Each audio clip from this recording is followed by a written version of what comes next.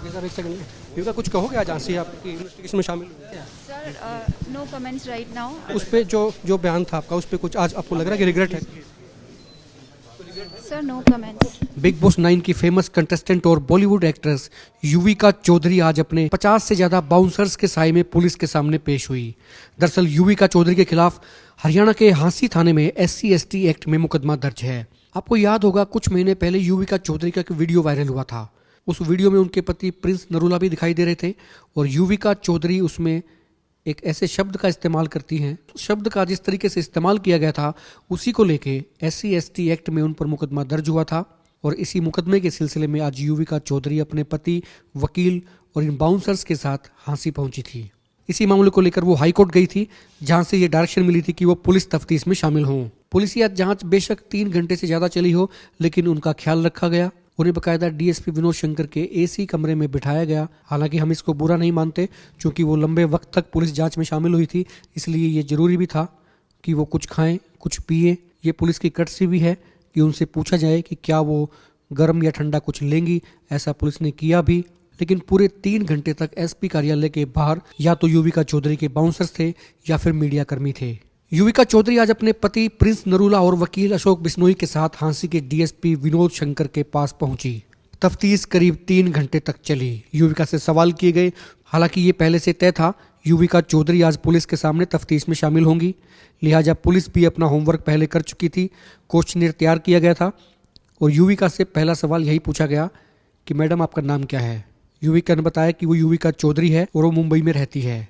दूसरा सवाल पुलिस की तरफ से ये किया गया कि जिस वीडियो को लेके उन पर मुकदमा दर्ज किया गया है वो किस फोन से रिकॉर्ड किया गया था। युविका चौधरी की तरफ से वो फोन पुलिस के सामने पेश किया गया। पुलिस ने उस फोन को अपने कब्जे में ले लिया है, हालांकि उसमें से वीडियो डिलीट हो चुका है। पुलिस का कहना है कि इस फोन को जांच के लिए FSL में भेजा जाएगा। फोरेंसिक साइंस लैब में इस फोन से डाटा निकालने का प्रयास किया जाएगा। इसके अलावा और भी कई सारे सवाल युविका से किए गए। युविका ने बड़े इनोसेंट लहजे में कहा कि वो जो शब्द उन्होंने बोले थे उसका मतलब नहीं जानती थी, इसलिए वो पहले भी माफी मांग चुकी है। गौर करने वाली बात यह है कि युविका चौधरी 50 से ज्यादा बाउंसर्स लेके यहाँ पर पहुंची। हालांकि ये बाउंसर्स हरियाणा के थे, लेकिन ये अरेंज उन्हीं की तरफ से किए गए थे। ये कहा नहीं जा सकता कि उनके मन में कोई डर था या वजह क्या थी, लेकिन इतना जरूर है कि हांसी में SP ऑफिस के बाहर इन बाउंसर्स की तादाद अच्छी खासी थी और पुलिस को भी इन्हें इधर उधर करने में काफ़ी मशक्कत करनी पड़ी। और जिस वक्त युविका चौधरी पुलिस तफ्तीश से फारिग होकर बाहर निकली तो उनके साथ बाउंसर्स का पहरा था। बाउंसर्स ने बकायदा एक चेन बनाई हुई थी। उसी चेन में युविका चौधरी अपनी गाड़ी तक पहुंची। हमने युविका चौधरी से बात करने की कोशिश भी की। उनसे पूछा कि क्या उनको अपने कहे पर कोई मलाल है, वो रिग्रेट करती हैं। युविका ने कहा कि नो कमेंट्स। सर एक सेकंड, युविका कुछ कहोगे आज आंसी आपकी इन्वेस्टिगेशन में शामिल हुई? Sir, no comments right now. उस पे जो बयान था आपका, उस पे कुछ आज आपको लग रहा है कि रिग्रेट है?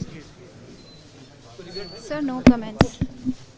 हो सकता है कि उनके वकील ने इस बारे में उन्हें कुछ हिदायतें दी हो, इसलिए पत्रकारों के किसी भी सवाल का जवाब युविका चौधरी ने नहीं दिया। पुलिस जांच में शामिल होने के बाद में DSP विनोद शंकर ने यह भी कहा है कि अगर जरूरत पड़ी तो युविका चौधरी को फिर भी पुलिस जांच में शामिल किया जा सकता है। हालांकि उनके वकील ने जरूर कुछ बातें कही हैं, वो आपको सुना देते हैं। जो कोऑपरेशन हमने जितना किया है, जितना कर सकते थे वो हमने किया है, और जो भी आगे न्यायालय के आदेश होंगे वो हम उनकी पालना करेंगे, फॉलो करेंगे। हाँ जी बिल्कुल, हाँ जी एंटरिम बेल पे है। इन्वेस्टिगेशन ज्वाइन कर ली और हमें हमारी तरफ से हमने जो पूरा कोऑपरेट किया है। नेक्स्ट जो भी आगे आदेश हाई कोर्ट के आएंगे वो हम सब फॉलो करेंगे। आगे कहा था, इस पे कोई रिग्रेट किया क्या? नहीं, बात अभी इन्वेस्टिगेशन ज्वाइन की और इस जो है केस की जो थी डिटेल्स वो सारी जो हो गई है। रिग्रेट क्या है, क्या सॉरी है, क्या केस की डिटेल्स है, वो इस स्टेज पे हम आपको नहीं बता सकते। जो भी आगे इस केस का फाइनल डिसीजन आएगा उसके बाद जो है सारी जानकारी आपके सामने सब कुछ। फाइल का जो प्रोसेस है वो हम अभी मीडिया के सामने जो है नहीं बता सकते। जो आप लोग बिल्कुल 24 घंटे गेट के बाहर ही थे जी, जब तक हम अंदर थे। जो गेट से अंदर गया वो सब लोग आपको पता है जी। अभी एंटरिम बेल पे हैं और आगे जो माननीय उच्च न्यायालय के जो भी आदेश होंगे उसके हिसाब से हम पालना करेंगे, आगे फॉलो करेंगे। आइए अब आपको DSP विनोद शंकर की वो बाइट भी सुना देते हैं जिसमें इस पूरे मामले के बारे में प्रकाश डाल रहे हैं। मेरे साथ हांसी के DSP विनोद शंकर हैं और अभी युविका चौधरी को इन्वेस्टिगेशन में शामिल किया गया है। सर, ये युविका चौधरी है, बॉलीवुड से आई थी, मुंबई से आई थी शामिल होने के लिए। SC/ST एक्ट का मुकदमा दर्ज है, तो शामिल तफ्तीश हुई है, क्या कुछ बताएंगे? हाँ, बस इन्वेस्टिगेशन ज्वाइन करवाई, इसको बेल बॉन्ड पे रिलीज़ कर दिया। कोर्ट की कोई डायरेक्शन थी, हाई कोर्ट में भी गए थे पहले? हाँ, ये पहले हाई कोर्ट में गए थे। हाई कोर्ट ने ही इनको आदेश किए थे कि इन्वेस्टिगेशन ज्वाइन करें, और हमारे को ये इंस्ट्रक्शन थी कि बेल बॉन्ड पे रिलीज़ करें। तो क्या पुलिस इनको दोबारा भी बुला सकती है जांच में शामिल होने के लिए? कुछ चीज़ें रहती हैं, कंप्लीट हो गई है पुलिस की इन्वेस्टिगेशन? देखो, इन्वेस्टिगेशन तो अभी हमारे पास चालू है, और उसमें अगर ज़रूरत पड़ी तो बुलाया भी जा सकता है। मैंने देखा सर काफ़ी सारे बाउंसर भी आए थे, 50 के करीब। मतलब क्या कोई खतरा था इनको? नहीं, हमने तो कोई बाउंसर नहीं देखा ना। मेरे कार्यालय में कोई बाउंसर आया, उसका हस्बैंड था, उसके साथ 2 उसके वकील थे, जिसमें से एक जमानती था। तो आज पुलिस ने इनको फिर से गिरफ्तार करके जमानत हुई है इनकी। अब वही वही तो है कि वो इंटरम बेल पे हैं, और हमने उनको बेल बॉन्ड पे रिलीज़ कर दिया। ये थे डीएसपी विनोद शंकर। उनका कहना है कि इंटरिम बेल पे, जैसे कि कोर्ट की डायरेक्शन थी, शामिल तफ्तीश कराया और उनको रिहा कर दिया गया।